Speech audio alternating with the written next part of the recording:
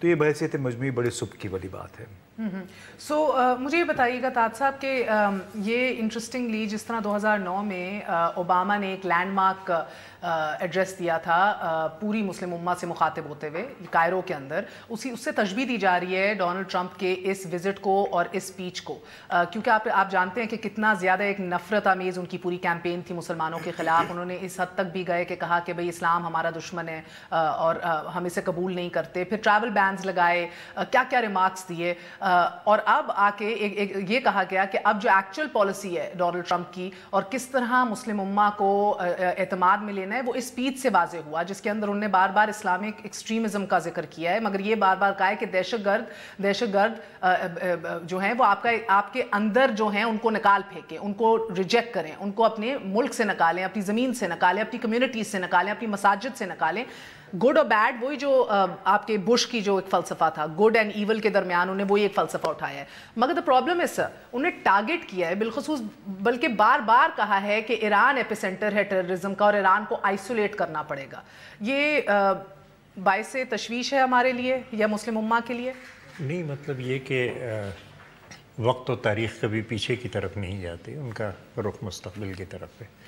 اور دنیا کے عوام اور خاص طور سے مسلم ممالک کے عوام جو کہ اتنا نقصان اٹھا چکے ہیں، وہ امن چاہتے ہیں، وہ جنگ نہیں چاہتے. کوئی بھی اگر جنگ کی کوشش کر رہا ہے تو اس کو لوگوں کی حمایت حاصل نہیں ہوگی. پاکستان میں بھی آپ نے دیکھا کہ پاکستان کی پارلیمنٹ کے اندر تمام کے تمام اراکین نے یہی کہا کہ جناب ہمیں جھگڑے میں نہیں پڑنا چاہیے. اور میرے خیال سے ہمارے لیے دیکھیے یہ جو مسز کلنٹن تشریف لائیں یہاں پہ اوباما کے زمانے میں، وہ کہنے لگیں کہ جناب ہم سے غلطی ہو گئی، ہم نے طالبان کو، دہشت گرد تو انہی کے بنائے ہوئے ہیں نا، کہ ہم نے طالبان کو سپورٹ کیا، ہم سے غلطی ہو گئی. پھر ہم نے دیکھا کہ وہ بار بار وہی غلطی دہرائی جا رہی تھی کہ ایک کے بعد دوسرے ملک میں پھر وہی جو انتہا پسند طاقتیں تھیں ان کو امریکہ حمایت کر کے اور ترقی پسند حکومتوں کا تختہ الٹ رہا تھا. تو اس سے ایک بحرانی کیفیت جو ہے وہ پوری مسلم ممالک میں پیدا ہوئی. تو یہ پرانی امریکن پالیسی ہے. اب ایک غیر سیاسی شخص ہیں ہمارے، کیا ان کا یہ ڈونلڈ ٹرمپ غیر سیاسی شخص ہیں، ان کا کوئی سیاسی تجربہ نہیں ہے، وہ اسی ریٹورک کے اوپر دیکھیں. ایک ہوتا ہے ڈائلیکٹک طریقہ کہ آپ حقیقت کو سامنے رکھ کے اور پھر کوئی تھیسس اینٹی تھیسس کر کے پھر کوئی ایک یہ ہوتا ہے کہ لفظ بولے جا رہے ہیں، لوگوں کے جذبات بھڑکائے جا رہے ہیں. اب لوگوں کے جذبات آپ نہیں بھڑکا سکتے، لوگوں کا شعور جو ہے وہ کافی آگے بڑھ چکا ہے. پھر ہمارے سامنے ایک دوسرا ماڈل بھی ہے وسطی ایشیا کے مسلم ممالک کا، جنہوں نے روس و چین کے ساتھ مل کے شنگھائی کوآپریشن آرگنائزیشن کے اندر کس طرح دہشت گردی کا مقابلہ کیا اور کس طریقے سے امریکی انفلوئنس کو روکا. اب ٹھیک ہے، امپیریلزم، برہمنزم، زائونزم، ان کے ٹارگٹس ایک ہیں کہ وہ، اور یہ سب انتہا پسند طاقتیں ہیں اور ان جذبات کو بھڑکاتی ہیں. لیکن بات یہی ہے کہ کیا ہم اس جال کے اندر پھنس سکتے؟ وزیر اعظم پاکستان میرے خیال سے بہت سخت غلطی کر رہے ہیں. ایک پارلیمنٹ نے رخ بتایا تھا کہ امن کے لیے کام کریں اور نیوٹرل رہو. ظاہر ہے امن کے لیے کام کریں گے تو آپ نیوٹرل رہیں گے اور جو جھگڑا ہے اس کو کم کرنے کی کوشش کریں. انہوں نے یہ پسند نہیں کیا. ڈونلڈ ٹرمپ جو کہتے رہے وہ ان کی لائن پہ چلتے رہے. اب ہو یہ رہا ہے کہ دونوں طرف پھنس گئے کہ ادھر سے وہ کہتے ہیں اب یہ. میں تو آج ویسے جاننا بھی چاہ رہی تھی کہ آپ کو کیا لگتا ہے وزیر اعظم وقت کی قلت کے باعث نہیں بولے یا آپ کو لگ رہا ہے کہ ٹرمپ کی تائید میں خاموش رہ گئے؟ دیکھیے وزیر اعظم جو وہ کہہ رہا تھا، جو وہ بول رہا تھا، وزیر اعظموں کے لیے نہیں بلکہ سینیٹروں کے لیے بھی وقت کی قلت نہیں ہوتی کہ اگر ہم گئے ہیں یہاں تو صرف ٹی اے کے لیے نہیں گئے، ہمیں کوئی اپنا موقف سامنے رکھا ہے. وہ موقف کیا ہونا چاہیے؟ وہ موقف اگر یہ ہے کہ وہ کہیں کہ جی ہمیں کوشش امن کی کرنی چاہیے تو یہ بالکل اس سے جدا موقف ہوگا جس موقف کے لیے یہ کانفرنس اختیار کی گئی ہے. یہ جنگ کو بھڑکانے کے لیے یہ ایک عوام دشمن کانفرنس امریکہ کی سرپرستی میں جو انتہا پسند خاموشی بہتر علاج تھا. پھر اس نہیں، ہمیں کہنا چاہیے کہ امن کی کوشش کرنی چاہیے. اور یہ اگر ہم کہتے ہیں کہ ہمیں جھگڑوں کو ختم کرنا ہے اور امن کی کوشش کرنی ہے، تو اس میں ہمارے لیے فضیلت ہے اور اقوام عالم میں ہماری عزت ہے۔ دیکھیے، اس سے پہلے میں رانا صاحب کے پاس جاؤں جو فورن افیئرس کی اسٹینڈنگ کمیٹی کا بھی حصہ ہیں، کیا اس اسٹوڈیو میں ایک معروف تجزیہ کار اور ایک سینیٹر کے درمیان آپ لوگوں کو پتہ ہے ہماری ابھی فورن پالیسی کلیئرلی کیا ہے؟ Do you know؟ اب تو بڑی واضح ہو گئی ہے that we are siding with Saudi Arab بڑی واضح and we are against Iran۔ Policy Quaid Azam نے بنا دی تھی پہلے، peace within and peace without, کوئی اور رستہ ہی نہیں ہے۔ نہیں سر، ابھی تو رستے اور ایکسپلور پھر سے ہو رہے ہیں۔ 80 کی دہائی میں ہم نے دیکھیں نا، آپ بار بار ہسٹری ہم فریق بن گئے نا سر، پہلے بھی 80s میں آپ نے سعودی عرب اور امریکہ کا ساتھ دیا، آپ بھگت چکے، آج بھی آپ وہی فصل کاٹ رہے ہیں، دیکھ لیا آج بھی آپ کیا کر رہے ہیں، اس کا another 2-3 decades later کون سے اسلامی ممالک ہیں جہاں پہ کوئی بھی کوئی منتخب کوئی نمائندہ تو ان کا نہیں ہے، سارے کوئی بادشاہ ہے، مناقض ہیں، بالکل مناقض ہیں۔ ہم نقصان اٹھا چکے جو نقصان اٹھانے تھے، مزید اور اٹھانے بھی۔ 70 years after the creation of Pakistan, Jinnah stands vindicated. The policy is peace within and peace without. تو مگر سر ابھی یہ نہیں ہوتا دکھا رہا نا، کیوں نہیں ہوگا؟ پیس ود ان پیس۔ اچھا، عالم اسلام کا اتحاد، رانا افضل صاحب بدقسمتی سے عالم اسلام کے خلاف ہی بنتا دکھائی دے رہا ہے اب، اور اس کے اندر ہمارا ملک جو ایک اچھی تاریخ بھی رکھتا ہے، at some instances, if I quote Zulfikar Ali Bhutto کا ہی دور دیکھوں تو ایک وہ مثال یا وہ ایک سٹینڈ جو ہمیں لینا چاہیے تھا ہم وہ نہیں لیتے دکھائی دے رہے۔ سر کیا بات ہے، گفت و شنید ہو رہی ہے اسٹینڈنگ کمیٹیز کے اندر، پالیسی مرتب ہو رہی ہے، صحیح کوارٹرز کے اندر ڈسکشنز ہو رہی ہیں؟ جی، کافی میٹنگز ہوتی ہیں ہماری فارن افیئرس کمیٹی کی، ہر سبجیکٹ پہ بات ہوتی ہے، لیکن دیکھیں یہ جو ایک پوائنٹ آف ویو آپ کے سامنے آ گیا، دوسرا پوائنٹ آف ویو ہے کہ کیا ہمارے یہ ٹریڈیشنل فرینڈز ہیں، گلف کنٹریز، عرب کنٹریز، کیا ہم ان آج 50 ممالک کے ساتھ بیٹھے تھے ہم اپنے آپ کو آئسولیٹ کر لیتے؟ آپ نے شاید کہا کہ ہم ایران کے خلاف ہو گئے ہیں، بالکل خلاف نہیں ہوئے، ہم بالکل اس ایران کے ساتھ جو معاملات ہیں اور یہ جتنا بھی وہاں پہ جو بھی ڈیزائن ہو رہا ہے سسٹم یا جو کچھ بن رہا ہے، وہ ایک ڈیفینسو اور ایک اینٹی ایکسٹریمزم، اینٹی ٹیررزم ہے، جو کہ ایک میں سمجھتا ہوں کہ ایک پازیٹیو بات ہے کہ ایران بھی ٹیررزم کو ایکسپورٹ نہیں کرتا۔ ایران کو آئسولیٹ کرنا چاہیے، وہ ایپی سینٹر ہے دہشت گردی کا، ڈونلڈ ٹرمپ نے کہا ہے۔ ٹرمپ کی خواہشات ہو سلامت نے بھی یہی بات کی ہے، اور سر یہی ریزرویشنز اور ٹکڑے ایران کے بھی رہے ہیں، ان کے ایمبیسڈر نے بھی انہی چیزوں کو تالیاں بھی سب نے بجائیں۔ جی جی، ان کی ایران ٹیررزم کا سو دا پرابلم ہے سر کہ مجھے بتائیے کہ ایران جب خدشات کا اظہار کرتا ہے اور آپ ایڈریس نہیں کرتے تو کال اور فیل میں تضاد ہو تو پھر وہ تو سوچے گا کہ پاکستان ہمارے ساتھ ایک کولیشن کورس کے اوپر ہے، کال اور فیل میں تضاد ہے سر۔ اگر ہم ایک گروپ کے ساتھ بیٹھتے ہیں، اس کا مطلب یہ تو نہیں کہ ہم ان کی ہر چیز کی تائید کرتے ہیں، ہمارے اپنے نیبرز کے ساتھ اپنے ریلیشنز ہیں اور بڑا ہم نے اس کو واضح کیا ہے، اور ایران کی لیڈرشپ کے ساتھ جتنی بھی ملاقاتیں ہوئی ہیں، ہم ان کے ہمارے کوئی اگریشن ہم سپورٹ نہیں کریں گے ایران کے اوپر۔ ایران ہماری غیر جانبداری پہ سوال اٹھا چکا ہے، ہمیں افغانستان میں بھارت کے جو حصہ داری ہے اور بھارت اور افغانستان کے جو بڑھتے تعلقات ہیں، ہمیں شدید اختلافات ہیں اس سے اور ریزرویشنز ہیں، ہماری فوج کو بھی، ہماری سویلین گورنمنٹس کو بھی ہے نا۔ تو سر اگر آپ کو یہ آج بیٹھ کے کہہ دینا کہ بھئی اس سے فرق نہیں پڑتا ہم کہاں بیٹھتے ہیں، you are judged by the company you keep and you are judged by the alliances you head. بالکل آپ کی بات میں اس حد تک صداقت ہے کہ ان کو یہ اچھا لگے گا کہ ہم یہ نہ کریں، لیکن پاکستان کے اپنے نیشنل انٹرسٹ بھی ہیں، ہم اپنے آپ کو ایک طرف اگر نہیں ہم اپنے ٹریڈیشنل فرینڈ سے آئسولیٹ ہو جائیں، ہم اگر ایسی کسی الائنس کے اندر شامل ہوتے ہیں جو کسی کے خلاف ایگریشن اور ڈیفینسو پوسچرنگ کرتا ہے، اور وہاں پہ 50 اگر آپ اجازت دیں سر، یہ تو مجھے لگتا ہے جس طرح ہماری یونیورسٹی میں امتیاز گل صاحب ایک کورس ہوتا تھا 101، یعنی کہ انٹروڈکٹری کورس ہوتا تھا، فورن پالیسی میں بھی اصول 101 جو ہے انٹروڈکٹری کورس کے اندر وہ یہ ہے کہ ہر ممالک اپنے تحفظات کا کو پہلے رکھے گا نا، اور اپنے انٹرسٹ کو پہلے رکھے گا۔ سو وہ بات صحیح کر رہے ہیں کہ دیرینہ دوست ہیں، پرانی دوستیاں ہیں ہماری، سو وہ فائن لائن ہم کس طرح ڈرا کریں کہ جدھر ایک ایران کا چیف عوامی سٹاف ہمیں دھمکیاں بھی نہ دے، کل 5 مارٹر گولے برسائے گئے ہیں، ادھر ڈائریکٹ دھمکیاں دی گئی ہیں، انہوں نے اپنی ریزرویشنز کا بھی اظہار کیا ہے، اور ایٹ دا سیم ٹائم پڑوسی تو نہیں چوز کر سکتے نا، جس طرح گھر والے نہیں کر سکتے۔ اچھا مہر، میں ابھی ایک آرٹیکل پڑھ رہا تھا 2012 کا ہے، جس میں انہوں نے لکھا ہے کہ ایران کے خلاف فالس فلیگ آپریشنز ہوتے تھے، یعنی کسی کے لبادے میں، کسی کے ڈسگائز میں وہ اسرائیلی ایجنٹوں نے جندلہ کے لیے ریکروٹ کیے ایسے لوگ جو کہ ایران میں جا کے عدم استحکام پھیلائیں، یہ دو، اور یہ خبر پھر پریزیڈنٹ بش تک بھی پہنچی اور اس پہ وہ بہت پریشان بھی ہوئی کہ کس طرح انہوں نے خود کو امریکی ظاہر کر کے جندلہ کے لیے ریکروٹمنٹ کی تاکہ ایران کو ڈی اسٹیبلائز کیا جا سکے۔ اب جب میں نے یہ رپورٹ پڑھی تو مجھے یاد آ گیا کہ جو ایران کے جو چیف آف آرمی سٹاف ہیں انہوں نے جو پہلے پاکستان کو بڑے دھمکی آمیز انداز میں بات کی، کیونکہ وہاں پہ 8 پاسداران 8 بارڈر گارڈ تھے وہ مارے گئے تھے کچھ عرصہ پہلے۔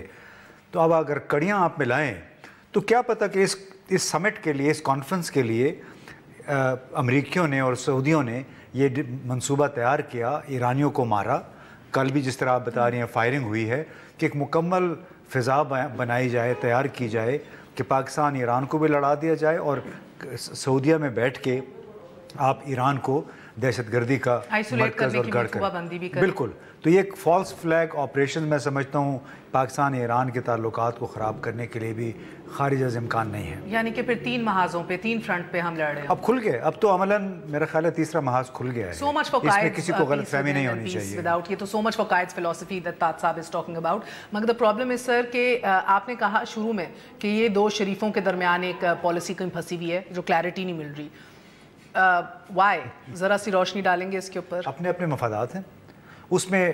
رانا صاحب کے کسی حد تک میں بات سے تائید کرتا ہوں کہ ہر ملک جو ہے اپنے اپنے مفادات کے تحت، قومی مفادات کے تحت اس قسم کے فیصلے کرتا ہے، لیکن وقتی مفاد کی خاطر اگر آپ اپنا طویل ترین مفاد جو ہے، طویل المعاد مفاد، اسے قربان کر دیں تو پھر وہ مفاد نہیں ہے، بلکہ وہ ایک کنویں میں، ایک اندھے کنویں میں آپ چھلانگ لگا رہے ہیں جہاں پہ میرا خیال ہے کہ سکون یا امن نام کی چیز پھر آپ کو معاشرے میں شاید نہیں ملے گی۔ مگر تاج صاحب، جنرل ریٹائرڈ راحیل شریف نے کہا تھا کہ اگر مجھے شبہ بھی ہوا کہ یہ کسی ایک ملک کے خلاف ہے تو نظر ثانی کی جائے گی پالیسی پہ، اور وہ پوری کوشش کریں گے کہ ایران کو بھی اس اتحاد کا حصہ بنائیں۔ So now is the time, اب نظر ثانی ہوگی یا اب شبہ ہوا ہوگا انہیں کسی لیول کے اوپر آفٹر دس کانفرنس؟ یہ کہ اگر کوئی شبہ تھا تو اس کو دونوں نے ختم کر دیا، سوری میں اس کو رفع ہو جانا چاہیے۔ بین الاقوامی معاملات میں چالاکی نہیں چلتی۔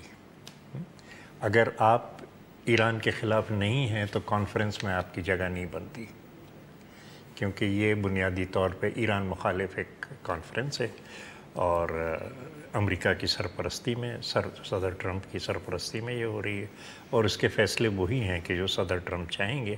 صدر ٹرمپ نے ایک رخ دے دیا ہے اس کانفرنس کو، تو اگر آپ اس رخ پہ چلنے کو تیار نہیں ہیں تو صرف زبانی کلامی بات کر کے یہاں کے ٹی وی چینل پہ کہ نہیں ایران ہمارا دوست ہے، یہ چالاکیاں نہیں چلتی۔ آپ کو ایک واضح اور اگلا جو قدم ہے وہ اور زیادہ اہم ہے۔ ہتھیار تو خرید لیے، مطلب 110 ارب ڈالر مسلمانوں کا پیسہ چلا گیا مسلمانوں کو قتل کرنے کے لیے، ان ہتھیاروں کو استعمال کون کرے گا؟ میں نے یہی ابتدائی میں کہا کہ حرمین شریفین کے تحفظ کے لیے ہیں، یہ ایران کے خلاف ہیں، دہشت گردوں کے خلاف ہیں، فوجی بھی تو چاہیے۔ جی ہمیں اس بات کو یقینی بنانا چاہیے کہ پاکستانی فوجی ان ہتھیاروں کو استعمال نہ کریں اگر ہماری پالیسی امن کی ہے۔ مہر ایک بات بالکل کلیئر ہے کہ ہم کسی بھی ایگریشن میں شریک نہیں ہوں گے، سعودی عرب یہ تو ہماری نیشنل پالیسی نہیں لڑتے۔ وہ جو کمانڈر ان چیف ہے اگر وہ وہاں کہہ دے گا کہ ہم نے اب فلاں جگہ پہ جانا ہے تو پھر جنرل راحیل شریف صاحب کیسے انکار کر سکیں گے؟ دیکھیں نا، وہ تو لڑتے نہیں ہیں نا، 35 سالہ وہ تو کہتے ہیں اچھا یہ پیسے پکڑو اور ہماری جنگ لڑو۔ امریکہ بھی یہی کہتا ہے کہ یہ پیسے لو اور ہماری جنگ لڑو۔ اتنا سمپل نہیں ہے جی رانا صاحب، اتنا ہی سمپل ہے نا، پہلے بھی ہو چکا ہے کہ آپ پیسے پکڑ لیں گے اور آپ چل جائیں گے۔ It is not Mercedes. یہ جان لارنس کے زمانے میں بھی ہوا۔ آپ کا ایک ڈیسائیڈڈ اور ایک بیسک پرنسپل ہے کہ آپ کسی ملک کے اوپر چڑھائی نہیں کریں گے، لیکن آپ ان کے ڈیفنسز کے لیے اگر کوئی ملک ان کے اوپر چڑھائی کرے گا تو آپ ڈیفنسو رول ادا کریں گے۔ یہ ایک بیسک پرنسپل جب طے ہو گیا تو پھر یہ گفتگو جو ہے کہ ہم ایران کے خلاف ہو گئے، اگر ایران ایگریشن کرے گا تو سر اگر وہ ملک اٹیک کرے گا تو پھر آپ کیا کریں گے؟ پھر ہم ڈیفینڈ کریں گے، لیکن ایران ایگریشن کیوں کرے گا؟ کیسے کہ اگر ایک سرجیکل سٹرائک ہو گئی تو پھر آپ ہاٹ پرسوٹ میں اگر ہمارے فوجیوں کو جانا پڑ گیا حرمین شریفین پہ کوئی حملہ ہو رہا ہے، ہم نہیں جائیں گے، ہم کیا ڈیفینڈ کریں حرمین گے۔ شریفین پہ حملے کا کوئی خطرہ ہے؟ اب اگر وہ ہے کہ جیسے یمن سے ابرہا کا لشکر آیا تھا تو اب یہ ریورس ڈائریکشن میں ابرہا کا ایک لشکر بنا ہے جو کہ یمن پہ چڑھائی. سر آپ کو ضیاء الحق کی بات یاد ہوگی کہ جب انہوں نے کہا تھا کہ اسرائیل نے اتنے فلسطینی 25 سالوں میں نہیں مارے جتنے شاہ حسین نے مار دیے ہیں 11 دنوں میں. تو کیا جنرل راحیل شریف تاریخ تو نہیں خاک میں بدہن دہرانے جا رہے؟ کہیں نہ کہیں تو اس کا جائزہ بھی لیجئے نا سر. ایسا نہیں ہوگا. اور یہ آپ کا کام ہے جائزہ لینا نا ہر چیز کے اوپر. تو سر ضروری نہیں ہے کہ ادھر سے وش لسٹ آئے اور آپ اس کے اوپر پورا اتر جائیں. کہیں نہ کہیں تو جائزہ لیجئے. یہ تو آپ کے دور کے اندر ہی مورخ تاریخ لکھے گا نا. جو ڈیزائن بنایا گیا, جو ایگریمنٹ ہوا, اس کے اندر ان چیزوں کا جائزہ لیا جا چکا ہے. اس کے اندر وہ جو کہاں سر خواجہ آصف نے کہا تھا جب ٹی او آرز فائنلائز ہوں گے میں پارلیمنٹ میں پیش کریں گے ہم اور اس پہ گفت و شنید اور بحث ہوگی. کہاں گئے وہ ٹی او آر سر؟ وہ فائنلائز ہی نہیں ہو رہے اور یہ باتیں کہاں سے کہاں نکل گئی ہیں. آئسولیشن تک آ گئی ہیں یہ باتیں. دیکھیں یہ ایگریمنٹس بٹوین 2 اسٹیٹس ہیں. اور جب سر مجھے بتائیں پہلے جب آپ نکاح نامہ سائن کرتے ہیں دو لوگ ایک دوسرے کے درمیان, آپ کا مذہب کیا کہتا ہے کہ ساری اپنی انڈرسٹینڈنگ جو ہے سمجھ لو, اس پیپر پہ لکھ لو, یہ کانٹریکٹ ہے. آپ یہ تو نہیں کہتے نا سر کہ ہم نے شادی کر لی ہے نکاح نامہ بعد میں سائن کر لیں گے. ظاہر ہے کسی کانٹریکٹ کے تحت یہ سارا کچھ ہو رہا ہے. کہاں ہے وہ کانٹریکٹ سر؟ اس کے چیدہ نکات کیا ہیں؟ کیونکہ جب اناؤنسمنٹ ہوئی تھی ایسی الائنس کی آپ کے اپنے فورن آفس کو نہیں پتا تھا, لا علم تھے. آپ کی ڈیفنس سیکیورٹی ایجنسیز کا اور گورنمنٹ کا اب ہر چیز تو گورنمنٹ ڈکلیئر نہیں کرتی, لیکن ایک ڈکلیئرڈ پالیسی ہے کہ we are not against any. Parliament drop up کریں نا سینیٹر تاج حیدر صاحب. آپ لوگوں نے کیوں ہمارے ٹیکس پیئرز کے پیسوں کے اتنے اربوں روپے آپ ضائع کرتے ہیں, ادھر جا کے ٹھنڈے ایوانوں میں بیٹھتے ہیں. ریپ اٹ اپ سر, کیا مذاق ہے یہ؟ جس میں وزیر اعظم کی پارٹی کی اکثریت تھی, پارلیمنٹ ایک فیصلہ دے چکی. اب وزیر اعظم کو اس فیصلے کی پابندی کرنی چاہیے. کر رہے ہیں. اگر وزیر اعظم امریکہ کی پابندی کر رہے ہیں اور اس پہ چل رہے ہیں تو میرے خیال سے وہ پارلیمنٹ کی نمائندگی نہیں کر رہے. ایک وقفہ لے لیتے ہیں. سینیٹر تاج حیدر کے مطابق اعظم پارلیمنٹ کی نمائندگی نہیں کر رہے. ایک چھوٹے سے وقفے کے بعد